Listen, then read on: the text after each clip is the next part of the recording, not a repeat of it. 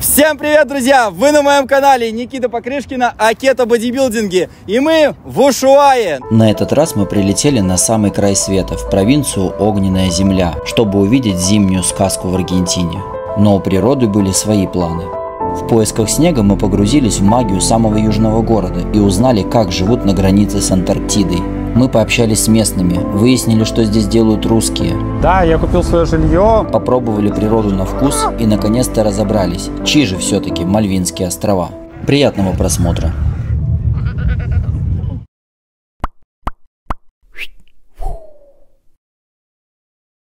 Можно мне мою кепку, пожалуйста? Не трогать.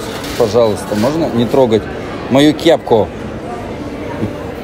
Ну что же, традиционно наше путешествие начинается снова с аэропорта. И смотрите, что мы увидели в этот раз. Здесь есть коляски, то есть можно, в принципе, коляску сдавать сразу на стойке регистрации. Если не смотрели предыдущие выпуски с наших путешествий в Хухуй и Пуэрто-Игуасу, то они уже есть на канале. Проходите, смотрите, ссылки будут где-то здесь, везде, повсюду. Ну и, собственно, отправляемся в наше путешествие в Ушуаю на этот раз. Только теперь уже без мамы, соответственно, без помощи. Будет, видимо, чуть-чуть потяжелее.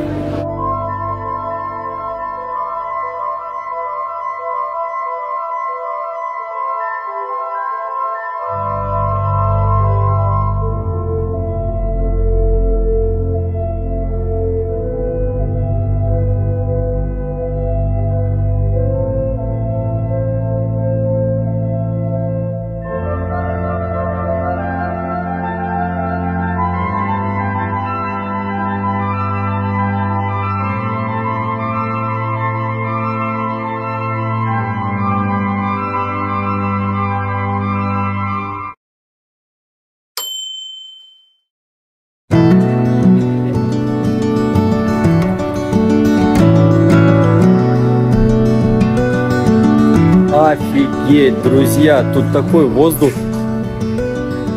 На самом деле у аэропорта не очень воздух, потому что куча машин. И просто я чувствую затхлый такой запах от выхлопных газов. Вообще не очень. Но вот едва пробивается вот эта свежесть. 7 градусов сегодня, но на самом деле не очень холодно. Я просто в обычной худи, и мне, в принципе, тепло. Хотя это, зима, на самом деле, сейчас август месяц заканчивается. Ну, вот так вот в Ушуае. Кайфово, но воняет от машин. Это как на Рильске. Мы добрались, это просто самый край света, самая южная точка на карте, самый южный город. Практически сейчас уже в Чили еще один город чуть-чуть южнее открыли, но это считается все еще таким крупным городом, самым южным. Ниже только Антарктида. Отсюда отходят рейсы, туры в Антарктиду, собственно говоря. Кстати, что интересно, вот это пролив Бигль, за ним пролив Дрейка, который считается одним из самых опасных таких морских маршрутов, морских течений, и за ним уже Антарктида. То есть вот буквально Южный океан омывает этот континент с этой стороны, и там уже Антарктида. До нее просто рукой подать, но добраться на самом деле туда очень сложно и опасно. И сразу замечание, что удобно, в отличие от Пуэрто-Игуасу, здесь свободно работает Uber, можно вызывать и ездить по всему материку. Ну а здесь, посмотрите, какие горы, какой воздух, какие виды. Как же ты прекрасна, планета Земля. Ну и Аргентина.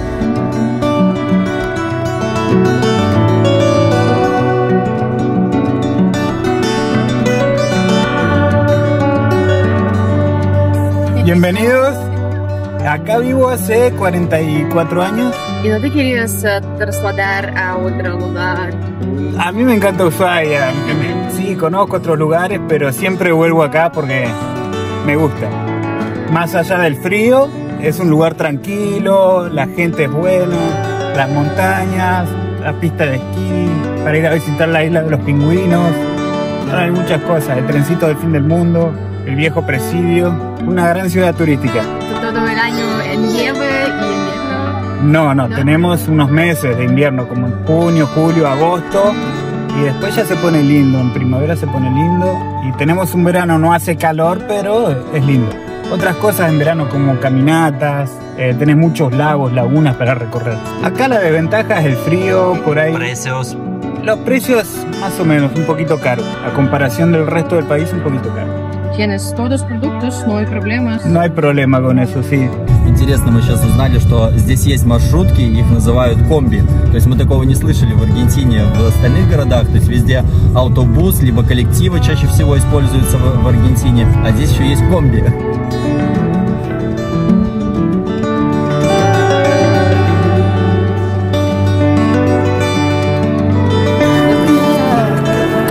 Какие горы, я тебе дарю эти горы, Добрыня. Это край земли, Ушуая, конец света, огненная земля, ты представляешь? Дальше только Антарктида, ничего дальше нет, вот он мир! Так, ну что, наш отельчик Лос Нирес с видом на пролив Бигль и с другой стороны на эти красивейшие горы. Из таких хороших отелей это самый недорогой, но 3 звезды, $320 за 4 ночи. В общем-то, приемлемо, при том, что здесь, в принципе, ценники, ну, повыше, чем в Буэнос-Айресе и чем в других регионах Аргентины.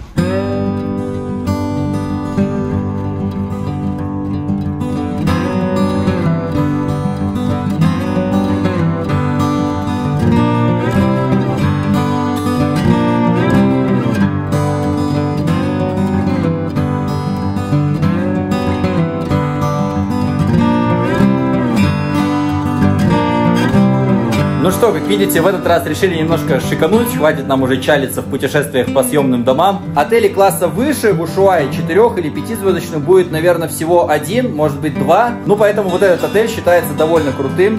Полно вариантов на Airbnb и Booking. За $100 за 4 ночи даже можно взять. Это будут отдельные дома, люди сдают. Вполне себе там нормальные условия. Ну, знаете, есть же какая-то вот такая романтика в отельном отдыхе. Добрынь, как тебе номер? Покажи глаз. Классно?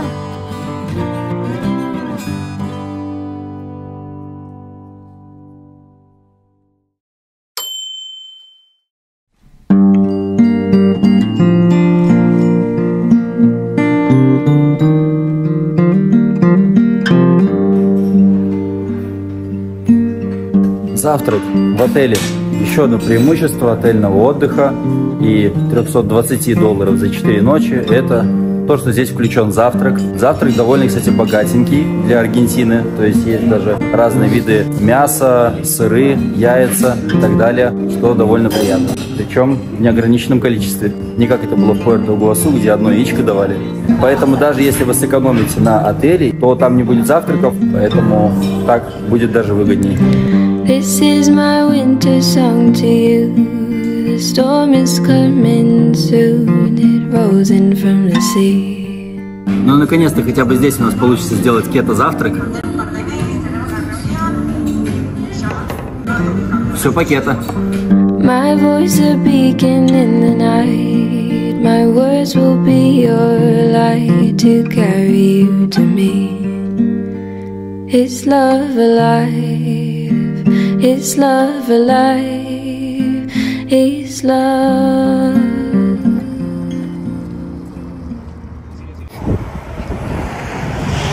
Я понимаю, ты рано встал, не выспался. Да, режим другой. Ну ничего, вот так вот в путешествиях бывает тяжело. У таких родителей ты родился, ничего не сделаешь. Придется адаптироваться, привыкать, присмыкаться. Ездить по всему свету, смотреть мир, путешествовать. Такая вот твоя тяжелая ноша, тяжелая жизнь, ничего не сделаешь. Хорошая ноша, да?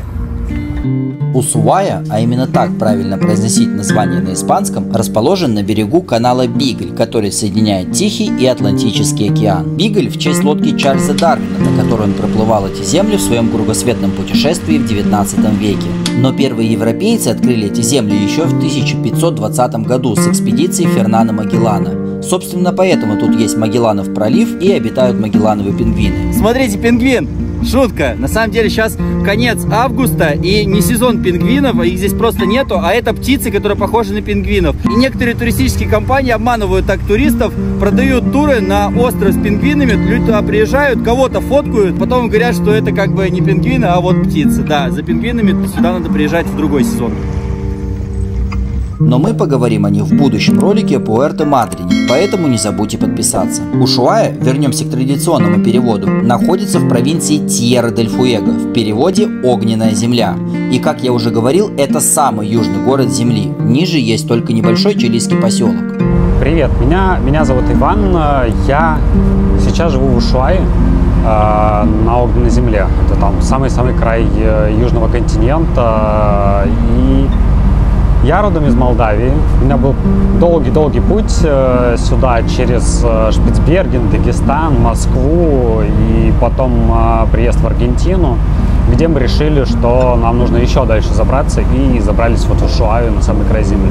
Также Ушуайя находится, грубо говоря, на острове, то есть она отделена немножко от континента, и нас еще разделяет граница с Чили, поэтому здесь вроде как все чуть-чуть подороже, потому что доставлять сюда тяжелее продукты, вещи и так далее. Ну, мы были в магазинах, на самом деле цены плюс-минус такие, я не знаю, почему такие слухи ходят. Звание Фин дель Мундо, конец света, это то, на чем строится весь туризм в Ушуайе. Это тут встречается на каждом шагу, а все, что тут есть, носит приставку «самый южный». Но к этому мы еще вернемся.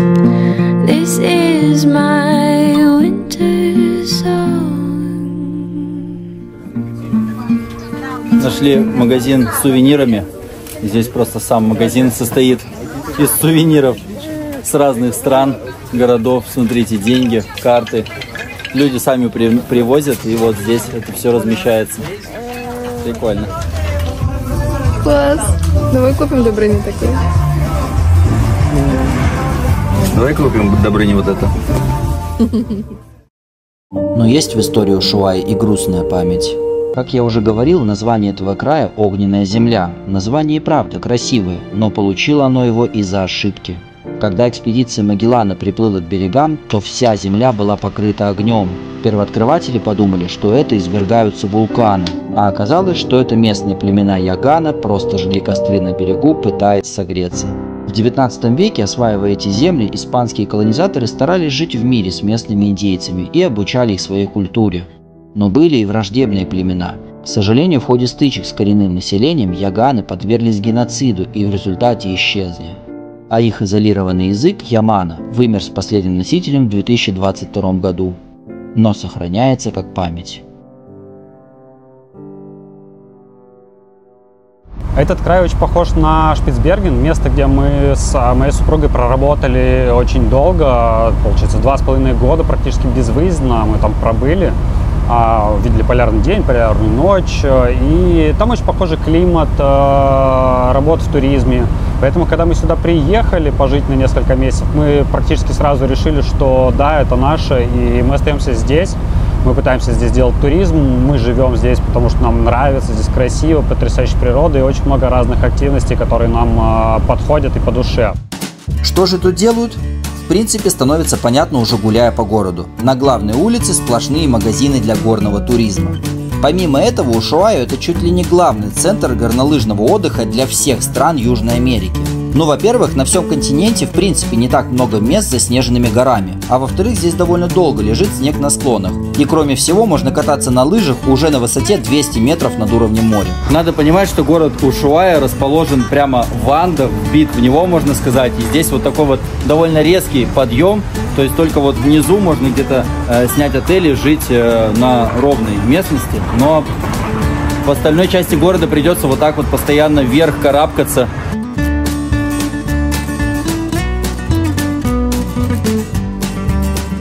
Как видите, Ушуайя такой маленький одноэтажный городок, похожий на какую-то маленькую провинцию в США.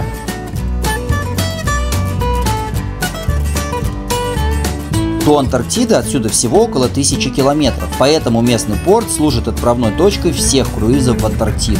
Такая, знаете, здесь атмосфера в порту, как будто мы где-то на Аляске, либо где-нибудь в Тереберке, не знаю, там в Сибири, в России. Такой порт, соленый воздух. Чисто, свежо, класс. В Ушуайе, помимо футбола и регби, напомню, что мы все еще в Аргентине, распространены зимние виды спорта. Подарок отца. Это что за черный юмор? Ничего просто нет. Например, именно в Ушуайе открылся первый в Южной Америке ледовый каток олимпийского размера, где тренируется местная хоккейная команда. Холод и хоккей. Все больше похоже на Россию, не так ли? Так, ну затонувший корабль здесь тоже есть, поэтому я считаю, один в один это наша Тереберка, русский край.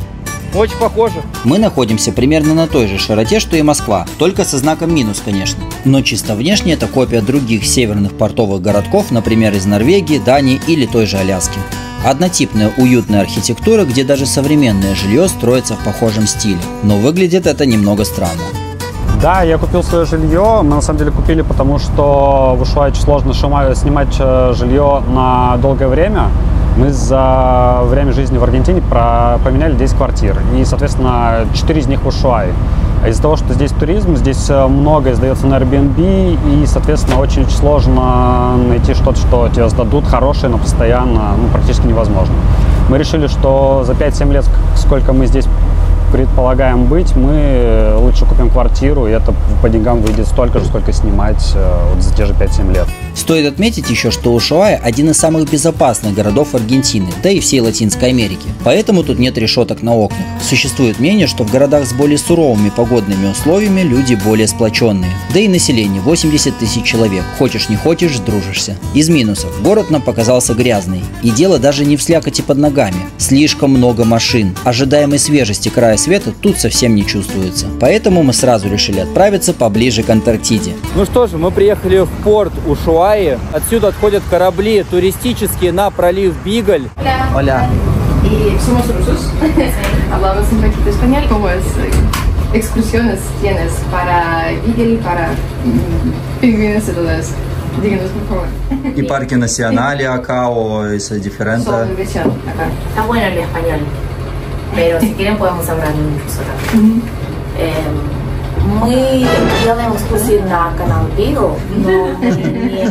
Ситуация получилась забавной, но на самом деле удивления от русского языка в Аргентине уже давно ни у кого нет. Аргентина – одна из самых простых стран для иммиграции, и в том числе для россиян. Эта девушка, судя по акценту в русском языке, скорее всего родилась когда-то в Аргентине у таких же русских эмигрантов. И так как аргентинцы любят чарлар, поболтать и дать много информации, зачастую вовсе ненужной, я перескажу коротко то, что мы узнали. В порту есть несколько туристических компаний, все они работают сообща и по сути стоят одинаково, с небольшой разницей в направлениях, что будет включать тур и размере лодки. Но в зимний сезон все компании возят только одну экскурсию, которая отходит 2 раза в день. И это тут самый главный аттракцион для туристов. Значит, что, идем на морскую прогулку к известному маяку, который стоит, получается, на самом краю света, опять же. Еще также корабль заходит на остров с пингвинами, но сейчас не сезон, пингвинов нет, поэтому остров мы этот просто где-то проплывем.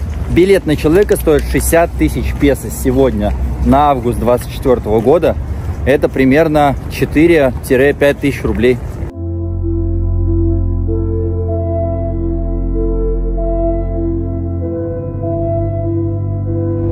Вот это 2 самые известные горы здесь в Ушуае. 5 братьев одна называется, потому что там у нее 5 пиков, не знаю, видно, нет. И вторая, не помню как.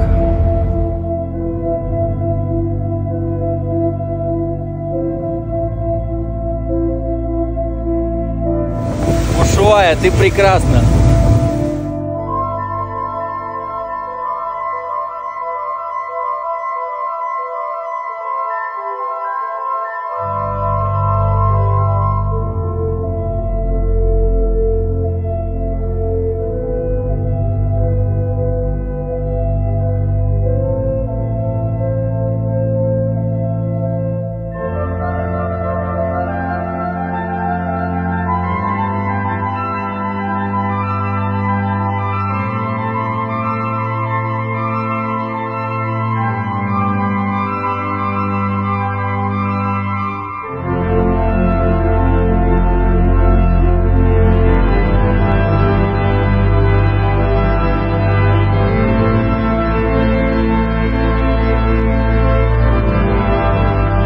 Ранчо Тунель, встречающийся по пути, это одно из самых ранних поселений в регионе. Представьте только, этот пляж на протяжении веков был молчаливым свидетелем прохождения коренных племен и исследователей, каждый из которых оставлял свой след в этом нетронутом ландшафте. Прикиньте, вот здесь жить, просто на краю света, вдали, в самой, наверное, дали от цивилизации, рядом поселений никаких толком нету. То есть до Ушуаи просто ехать, наверное, час. Но по-своему кайфово, конечно. Затопил баньку такой, покупался в Южном океане, поел пингвинов или кого там едят.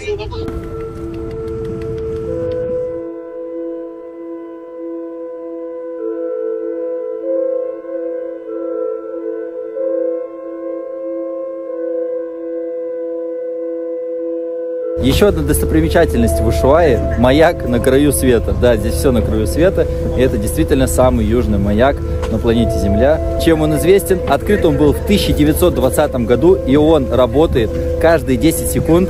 Он испускает свет, он необитаем, прожектор заряжается с помощью солнечных батарей. Ну, жестко, жестко. Такие строения, которые сделаны не пойми когда, не пойми кем, работают на века просто, они всегда удивляют. Интересно смотреть на это, погружаться в историю.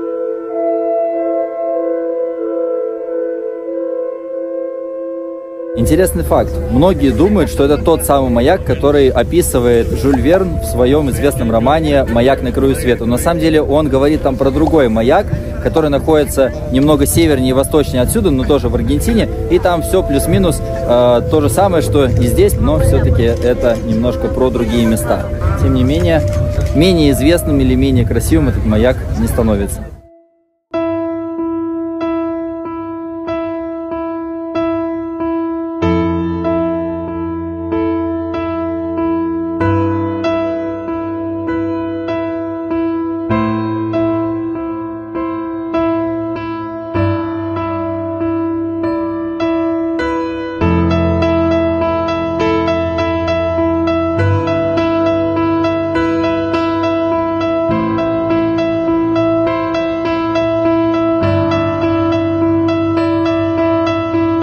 Так, отмена. Маяк все-таки обитаем, котики есть, поэтому, да, на нем живут.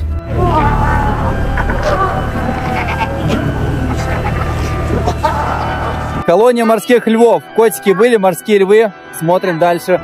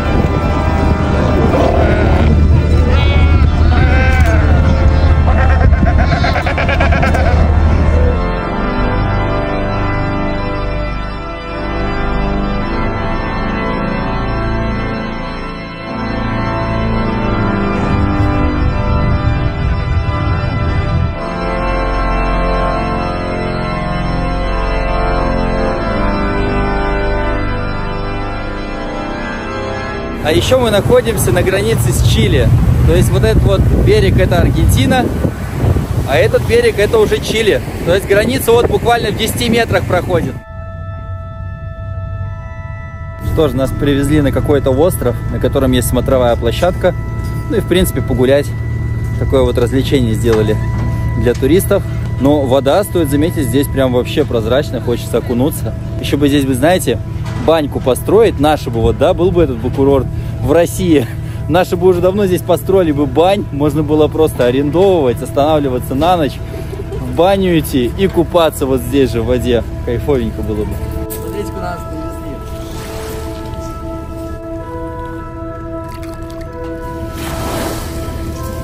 Ну вот такая. Купаться, знаете, как у нас в Сибири. Ледяная вода. Баренцево море, наверное, вот похоже.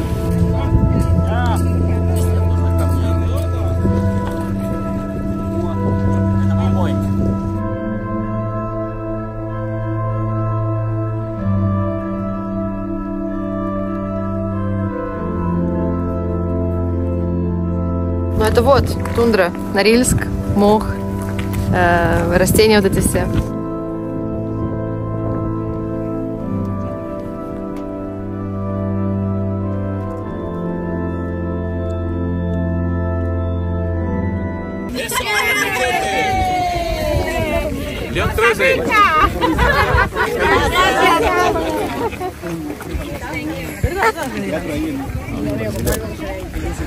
Офигеть, даже здесь на судне есть шоколадки без сахара. Это они молодцы.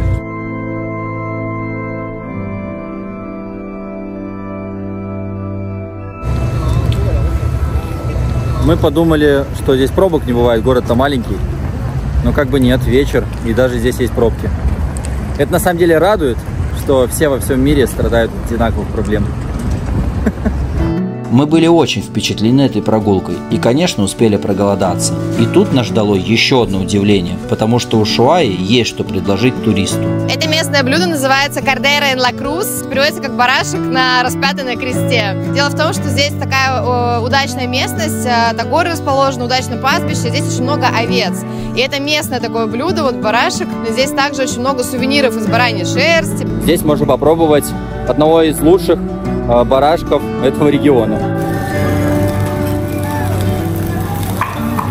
Ну что же, сейчас попробуем этого барашка на кресте и посмотрим, уверовал ли он в Иисуса. Мы заходили в несколько здесь других мест, и везде барашек обычный, не на кресте. Но мы как бы верующие люди, поэтому только местная традиционная национальная кухня. Прямо тает во рту. Он здесь томится реально на костре очень долго. Вкусно. Кстати, в основном в Аргентине везде только говядина. С курицей даже бывают проблемы. Я молчу про ягненка, барашка и других зверей. Ну а вот здесь, так как регион бараний, много овечек, то как бы и баранина в почете. Сверху он то ли завялился, то ли, я не знаю, закоптился. Получается вот такие вот как бы чипсы. Короче, чипсы с барашком.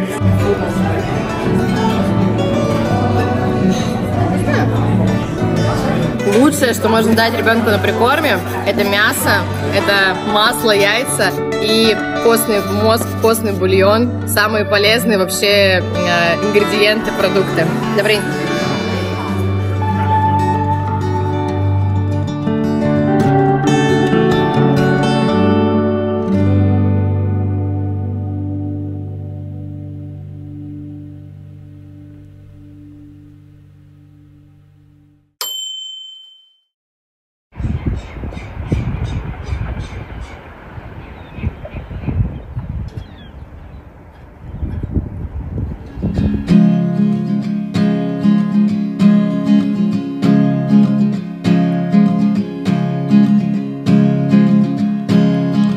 I'll trip down on a lonesome track, set my eyes on the wild and I won't look back. I will follow where my heart reacts.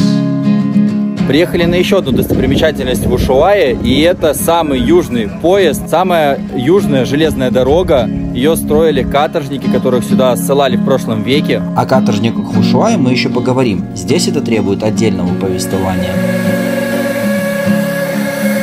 Конечно, сейчас сам поезд и железная дорога претерпела некоторые изменения. Сейчас просто на нем возят туристов. Дорога эта составляет 7 километров. Он не заходит в национальный парк «Огненная земля». То есть он где-то там по окраине проезжает просто по красивым местам, которых и так, по сути, довольно много будет в самом парке. А развлечение-то довольно дорогое. 50 тысяч песо на человека. Но в Ushuaia, в принципе, не так много активностей таких популярных. Поэтому этот поезд пользуется довольно большой популярностью. И билеты сюда лучше бронировать заранее на сайте.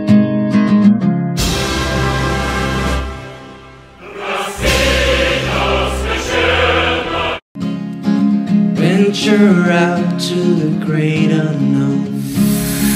Find a place where I can feel alive. Вообще в Ushuaia туристических сезонов считается два. Лето и зима. Ну, зима это горнолыжка, понятное дело. Ну, а летом здесь все зеленое, очень красиво.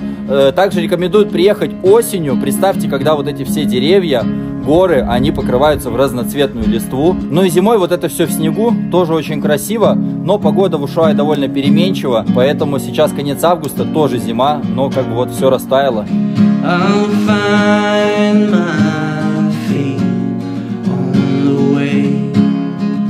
Мы искали информацию о Ушуае в интернете, наткнулись на статью русской пары, которая жила здесь в пандемию. И они поделились в своей статье контактом Лауры, местной жительницы, которая возит по парку. Ну а мы, в свою очередь, поделимся тоже и оставим в комментарии ее контакты. I'll find my feet on the way.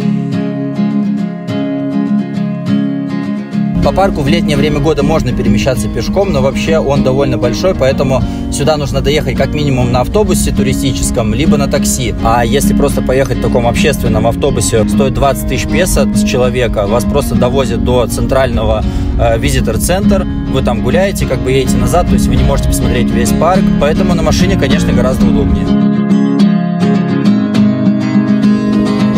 Первая точка в парке «Огненная земля» – это озеро Роко. Его делят Чили и Аргентина. То есть вот здесь проходит граница. Здесь есть трекинговые маршруты, которые, к сожалению, открыты только летом. Можно дойти до границы с Чили, 3 часа это занимает. И как бы незаконно ее пересечь, погулять в Чили и вернуться назад. Я купаться!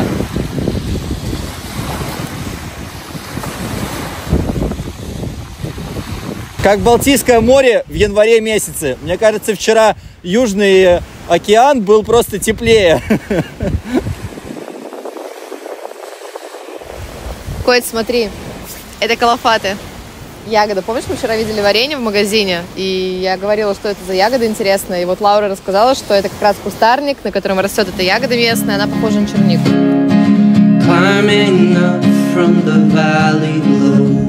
То есть здесь кто-то живет, значит. Seeing places and faces I've never known, I will follow to the open road. Офигеть, красиво, да? Но на самом деле, да, намного красивее, наверное, здесь осенью, когда вот это все желто-красное, разноцветное. Ну а так, конечно, похоже на Форкс, город, где снимали «Сумерки». В Ушуае недавно тоже снимали известный фильм, который многие из вас даже видели. Съемки финальной сцены скороносного фильма «Выживший» из-за растаявшего снега в Канаде проходили на Огненной земле. Место это найти несложно, теперь оно туристическое. Все-таки тут бились насмерть Ди Каприо с Томом Харди. Through the trees till I see the sun. Now I know that I can feel alive again. Throw caution to. Да блин, ты что-то отъелся. Ты что мама кормит, как на убой? I'll find my feet. А вот этот лес похож на наш лес на Куршской косе в Калининградской области. Там он называется танцующий лес. Такие вот деревья, которые ветвятся. По-моему, здесь он более танцующий, чем на косе. Нет, у нас прям сильно. Тебе просто там по настроению-то не зашло. Где он танцующий, он даже нигде не завивается, а у нас там они огибают просто по кругу. Да там 3 дерева что-то завились и все. Смотри, тебе Калининград мне нравится. Нравится. По-моему, у тебя претензии какая-то. Как тебе мой Питер? Питер? В Питере пить максимум, что можно делать. И то от тоски. По серому небу. В Калининграде на пенсии сидеть пенсионером. Так-то там море. Ты что, улыбаешься без конца? Тебе нравится? Step by step I come alive. Lift my head up to the skies. Интересно, у них здесь все смотровые закрыты, то ли не сезон, ремонтируются. Ну мы же русские, везде путь найдем. Да блин, сорян. Блин, а вдруг она сейчас сломается, я подумаю с ней.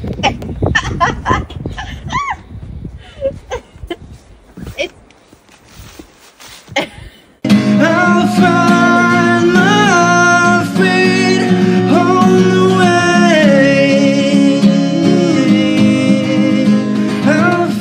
Тут вроде как надо подвести итог этого национального заповедника. Но сложно не задеть чувство верующих. В общем, скажу как есть. Это просто наше мнение, и у вас оно может отличаться. Этот парк нам показался на троечку с натяжкой. К моменту создания этого ролика мы были уже в 6 провинциях Аргентины, и это первый и последний раз, когда мы можем сказать, что этот парк того не стоил. Понятно, что погода сильно решает, и в сезон ощущения были бы другими, но 80 тысяч песо, вы серьезно? А именно такая средняя цена за двоих при любом выборе транспорта. Ах да, не забудьте приплюсовать еще 30 тысяч за вход в сам парк, и это со скидкой при наличии аргентинского резидентства. Очнитесь, это по сути просто большой лес, пару невнятных локаций. Например, на 8-м чуде света, водопадах Игуасу в провинции Мисьонес, вход был 25 тысяч плюс дорога 800 песо с человека. И там можно провести весь день и вообще ни разу не заскучать. В Хухуе мы арендовали машину за 150 тысяч на 4 дня. 4! И нам даже не хватило этих дней, чтобы посмотреть все. Там половина провинции — это национальный заповедник, от которого просто сходишь с ума. Недавно еще мы ездили к леднику Перито Морено в провинции Санта-Крус. И по ощущениям это отдельное чудо света с просто потрясающей дорогой до самого ледника. Но и он обошелся дешевле. Да что там, несколько минут назад вы видели морскую прогулку к маяку на краю света почти на 3 часа за 60 тысяч песо. И всю поездку я не мог выключить камеру телефона, настолько было красиво вокруг. Это при том, что в сезон там еще и пингвины будут. А тут ты отдаешь почти 100 и получаешь это.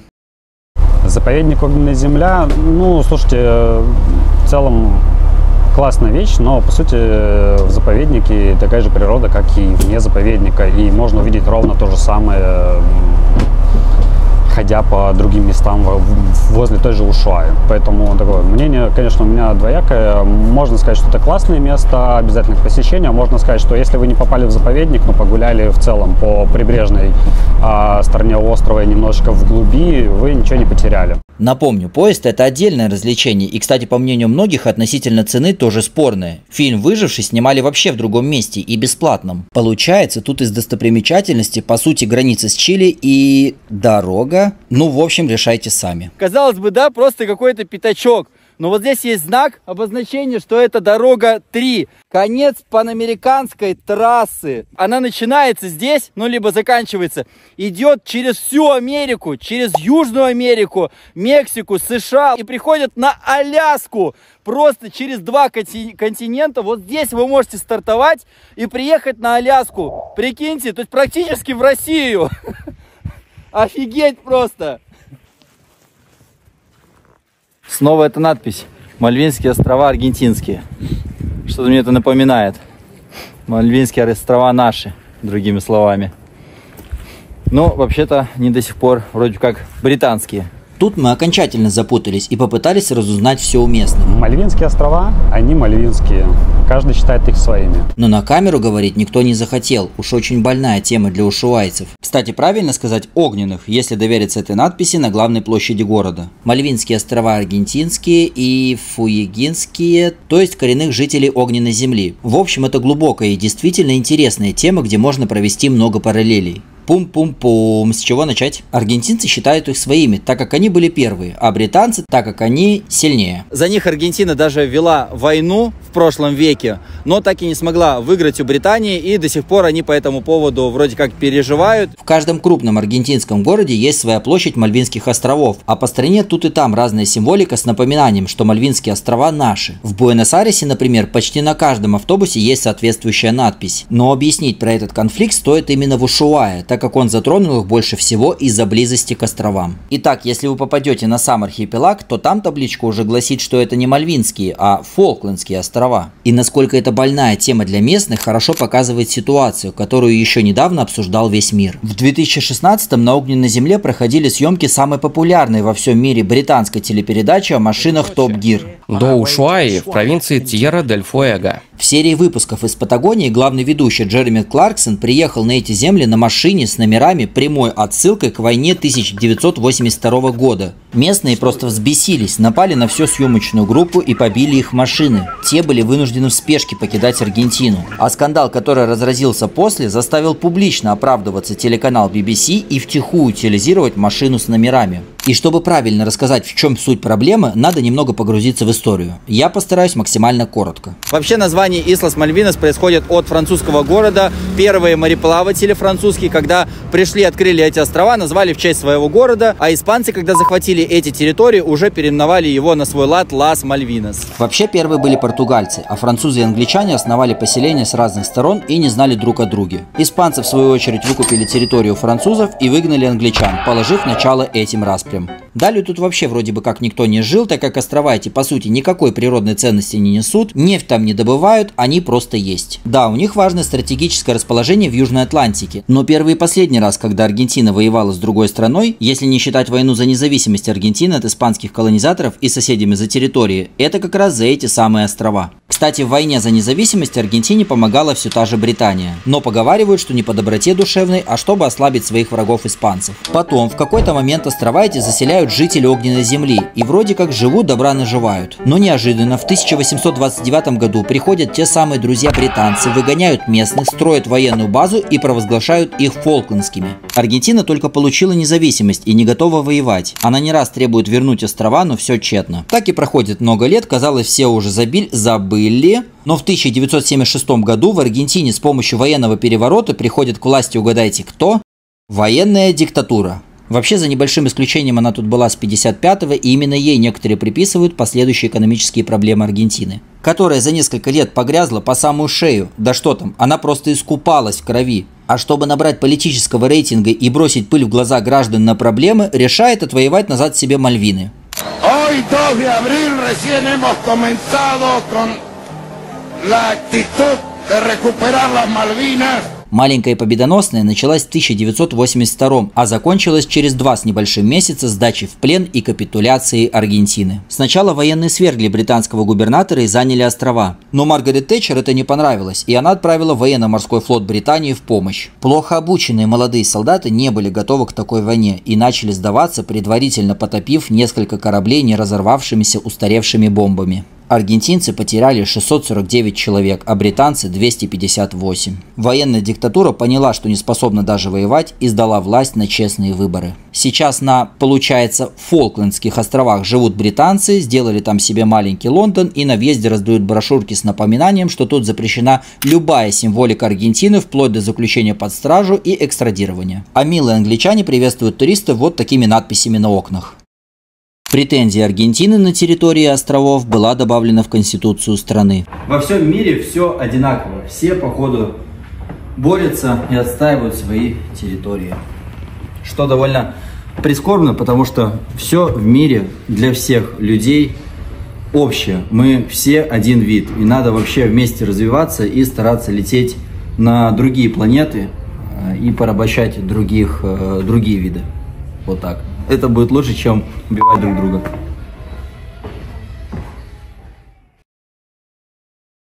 Уже традиционно я рассказываю о местном пиве, и здесь в Ушуае тоже делают свое пиво, и оно называется в честь местных достопримечательностей. Вот это, например, в честь канала Бигль с разными вкусами, а это в честь мыса Хорна. Мыс Хорна — это самое большое кладбище кораблей в мире. Здесь затонуло более 800 кораблей и погибло более 10 тысяч моряков. Ну и также еще есть пиво в честь Фрэнсиса Дрейка, ну и пролива Дрейка на пути в Антарктиду. Но пиво как пиво. Но это на самом деле неплохо, потому что пиво тоже надо уметь делать. Чтобы позволять себе в отпуске немножко больше, надо тренироваться и вести активный образ жизни.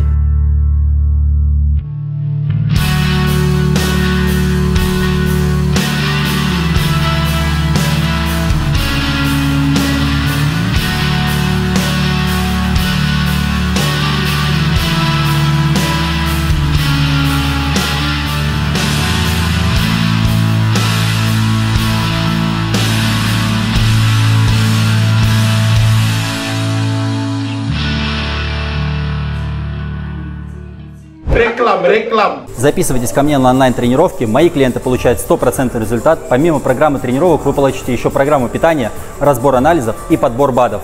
А если вы тоже живете в Буэнос-Айресе, то мы можем договориться о тренировках в Палермо. Даже здесь, в этом зале.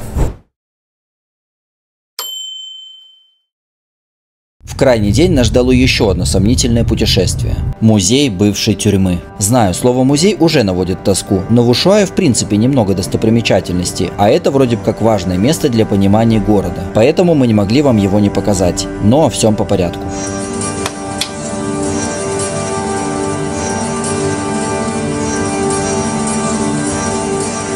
Мы находимся в тюрьме, которая в Ушуае считается местным Алькатрасом. В свое время она была построена для того, чтобы возвести этот город. Если бы не было этой тюрьмы и заключенных, то не было бы и этого города. Считалось, есть даже такое поверье, да, что холода могут усмирить преступные привычки. И действительно, вот как бы горя этой идеей, сюда первые добровольцы вызвались для того, чтобы построить эту тюрьму для гражданских. И уже далее они возводили этот город, жгли древесину, занимались разными работами, строили железную дорогу. Конечно, сбежать отсюда никому не удавалось, а если удавалось, то недалеко. В тюрьме содержались известные преступники, например, один из них серийный убийца Каэтано Сантос Годино. Его обвиняли в удушении подростков, и часто же, да, у преступников есть какие-то биологические отличия. Так вот, он стал известен тем, что у него большие уши. И он получил прозвище Петиса Ареджудо, что переводится как коротышка с большими ушами. И многие исследования подтверждают, что у преступников часто есть мутации, например, в системе обмена нейромедиаторов, да, когда есть проблемы с серотонином, дофамином, и это как раз-таки становится причиной того, что они вот любят жестокость. Вот тоже, как пример, внешние мутации. Это место очень похоже на Норильск, откуда я родом. Там такой же ГУЛАГ, такие же заключенные. На их страданиях и костях был построен этот город, и если бы не они, то этого бы города не было. И, в общем-то, это место и называют Аргентинская Сибирь. Что очень интересно, от этой тюрьмы зависел весь город. Если, например, в тюрьме решили отключить электростанцию, то весь город оставался без света. И, например, если кому-нибудь в городе, допустим, что-то нужно было, например, детская кроватка, то покупалась она у заключенных. Именно здесь пытались вывести породу собак-супергероев, пытались скрестить маламутов, хаски и другие породы для того, чтобы собаки могли выдерживать температуру до минус 90 градусов, чтобы они могли находить трещины во льду, чтобы они могли таскать там тяжелую древесину и делать другие различные работы. И это действительно удалось. То есть на самом деле вывели такую породу собак здесь. Но затем был заключен договор аргентинский, и всех собак отсюда вывезли для того, чтобы они не воздействовали на экосистему природы местной. И после этого все эти собаки вымерли, так как они не смогли прижиться в другой для них не родной системе.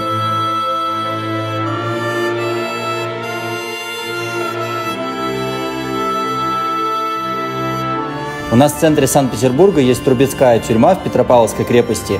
И, если честно, там атмосфера воссоздана, ну так, пострашнее. Мы считаем, что можно было сделать эту тюрьму более интерактивной. Например, у нас рядом с камерами прокручивают аудиозаписи заключенных, какие-то их мысли, письма прочитывают их домой, которые они писали. Ну и реально создается такая атмосфера гнетущая, что хочется выйти поскорее оттуда, что ты действительно оказался в тюрьме. Это вот очень круто там воссоздано, и это то, что не хватает вот этой тюрьме. Поймите правильно, для нас такие музеи – это не про развлечения, не чтобы пошутить над заключенным, подставить себе его образ ради фоточки и поиграть в тюрьму. Это прежде всего про судьбы людей, про жизни, благодаря которым стоит Ушуая, и жизням, которых больше нет. За каждой историей стоит горе целой семьи. Тюрьма – это не романтика, поэтому для меня непонятен прикол с фигурками заключенных по всему городу. Помимо славы конца света, город еще заживет тюремной тематикой. И вот здесь по городу можно встретить такие разные инсталляции тюремные. Ушуая хорошо помнит и сохраняет свою историю, но было бы еще лучше правильно ее показать приезжим. Иначе создается ощущение, что красочные инсталляции и декоративные фигурки тут – это чтобы завлечь туристов в не до конца оформленный музей и просто получить свои деньги. 30 тысяч песо с человека? Если ты платишь где-либо за музей $30, то ожидания к месту уже повышенные. Такой ценой Ушуая сама убивает положительные ощущения, потому что ожидания сильно проигрывают реальности. Только благодаря магии монтажа, возможно, мне получилось показать музей интересно. Но по правде говоря, там скучно и мало. Я только надеюсь, что когда-нибудь это изменится. Еще одно блюдо, которым славится Ушуая, это королевский краб. Здесь их можно поесть во многих ресторанах. Обычно говорят свежие там, где есть аквариум. Ну что же, стоило нам немножко отойти от центральной улицы, как мы нашли живых крабов. Написано, что они не заморожены здесь будут у вас в блюде и стоят гораздо дешевле. Вот эти по 100 тысяч за штуку. Хотя в других туристических ресторанах мы видели по 170 тысяч за штуку.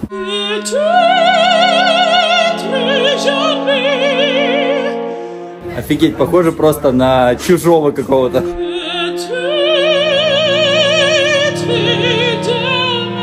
Вот так вот краба выносят, прям с аквариума показывают, ты выбираешь, которого хочешь, и потом его готовят.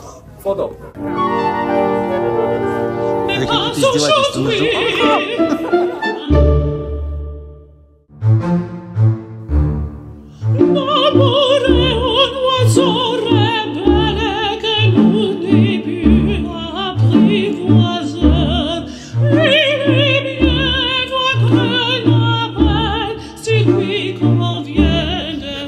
Мне на самом деле что-то как-то жалко краба, потому что он только что вот плавал, нам живого показывали в аквариуме.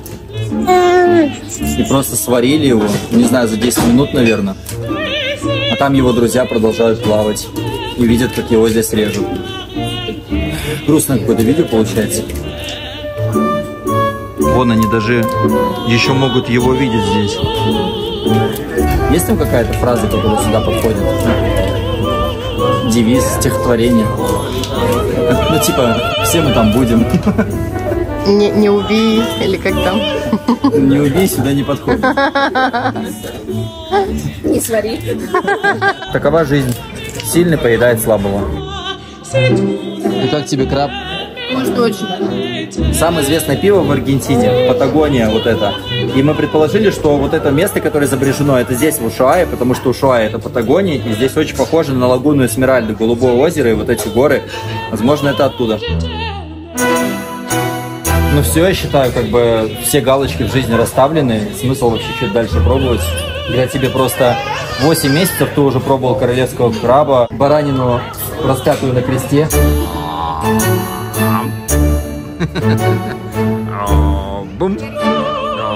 Итог сегодняшнего дня. Тюрьма за 29 тысяч песо за человека дороговато. Пишут, что там надо ходить 2 дня. По факту несколько помещений, поэтому все-таки дороговато. Ну а краб за 100 тысяч песо, в целом это такой местный аттракцион, поэтому и поели, и посмотрели, пофоткались. Сгодится. This is my winter song to you. The storm is coming soon. It rolls in from the sea. Офигеть, неожиданно пошел снег. Так круто быть в Ушуае. Обычно у нас говорят на севере, но здесь на югах. Мы, можно сказать, приехали ради снега, соскучились по снегу. В Буэнос-Айресе его нету, а мы все-таки русские, у нас в России много снега. И вот здесь, наконец-то, мы встретили снег. My voice a beacon in the night. My words will be your light to carry you to me. Is love alive? Is love alive? Is love?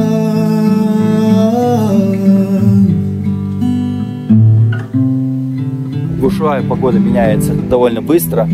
Крайний север, хочется сказать, но тут это крайний юг. Вот с утра было солнышко, довольно тепло. Днем холодно и ветрено, а сейчас ветра почти нет и идет снег. Днем еще, кстати, дождь шел. This is my winter song. December never felt so wrong. 'Cause you're not where you belong. Inside my arms. Вот такая у нас получилась Ушуая. Местами странная, местами скучная, но также обворожительная и чарующая. Кристина больше половины жизни провела в Норильске, самом северном городе мира, и ее не покидали ощущения, что она оказалась дома. От этого город наполнился теплотой родных мест. Обычно в путешествиях показывают только положительные стороны, а тут еще и затуманивает глаз магия самого южного города. С одной стороны, он кажется тебе давно знакомым, с другой дарит новые эмоции края света. Все-таки есть в нем что-то уникальное. Я постарался показать настоящую Ушуаю, со своими минусами, богатой историей и интересными людьми. В Аргентине много красивых мест, которые нас поразили даже больше. Но Ушуая – это не про достопримечательности, это про особое ощущение себя в мире, про единение с природой, спокойствие и наслаждение тем, что имеешь. Спасибо, Ушуая. Надеюсь, мы еще вернемся. This is my winter song to you. The storm is coming soon. It rolls in from the sea. My voice a beacon in the night. My words will be your light to carry you to me.